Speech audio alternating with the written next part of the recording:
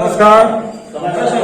গড়মুখ বংশীগোপাল নাট্য মন্দিৰৰ কৃষ্ণলীলাৰ আজি তৃতীয় ৰজনী আৰু সুন্দৰভাৱে দুটি ৰজনী পাৰ হৈ গৈছে। যিহেতু অসমৰ চতুৰ্থ আৰু মাজুলীৰ প্ৰথম ৰংগমঞ্চ গড়মুখ বংশীগোপাল নাট্য মন্দিৰ আৰু দ্বিতীয় ৰজনী কৃষ্ণলীলা উপভোগ কৰি গ'ল অসমৰ মাননীয় মুখ্যমন্ত্ৰী ডক্টৰ হিমন্ত বিশ্ব শৰ্মা ডাঙৰীয়া। আৰু আপোনালোকে দেখিছে আমাৰ কলাকুশলী এতিয়া ব্যস্ত হৈ আছে তৃতীয় ৰজনীৰ বাবে এয়া প্ৰান্তিক আৰু আমি একেলগে ব্যস্ত হৈ আছিলোঁ সকলোখিনি। আৰু আমাৰ এয়া আচলতে গৌতম ভূঞা প্ৰথম ৰজনী কংসৰ অভিনয় কৰিছিলে, বৰ্তমান কাৰাগাৰত বন্দী। আৰু আমি এয়া সকলো এতিয়া ব্যস্ত, এয়া সকলো কলাকুশলী ব্যস্ত হৈ আছে যিহেতু আজি অন্তিম ৰজনী। গতিকে গড়মুখ সত্ৰৰ শ্ৰীকৃষ্ণৰ ৰাসলীলাৰ অলপ আপোনালোকক আমি দৃশ্য দেখাবলৈ চেষ্টা কৰিম আৰু চাব। ধন্যবাদ।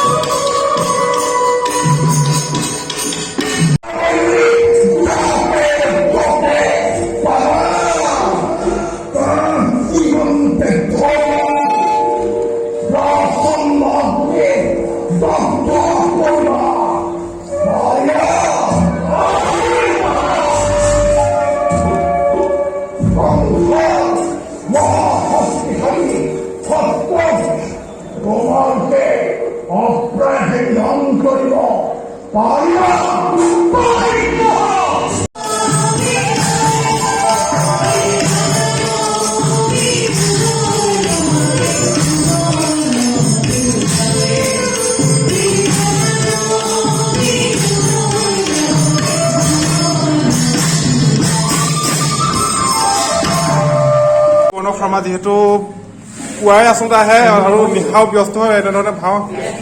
এইটোতো অভিনয় আজি আছে নে আপোনাৰ? আছে। আজি কি আছে? আজি সেনাপতি। এয়া আমাৰ আজি কালক এইটো প্ৰধান সেনাপতি কংসৰ চাওঁ অকণমান। এতিয়া কিন্তু চাহ দিয়াত ব্যস্ত দেই। এয়া এইবোৰ কাউণ্টাৰত আমাৰ ইয়াৰ খাদ্য খাই আছে। এয়া মানৱ দত্ত টিকেটত ব্যস্ত, এতিয়া খাইছে অলপ। এয়া আমাৰ বাবুটো দেই।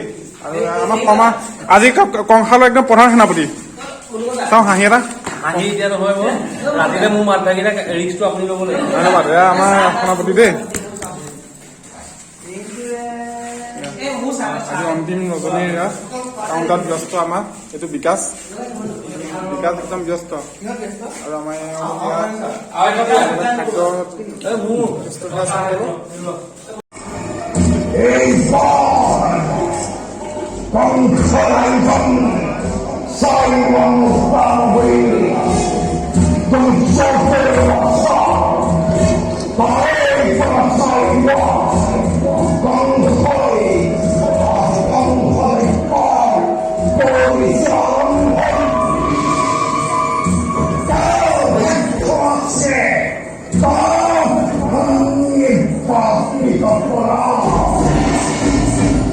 Be strong!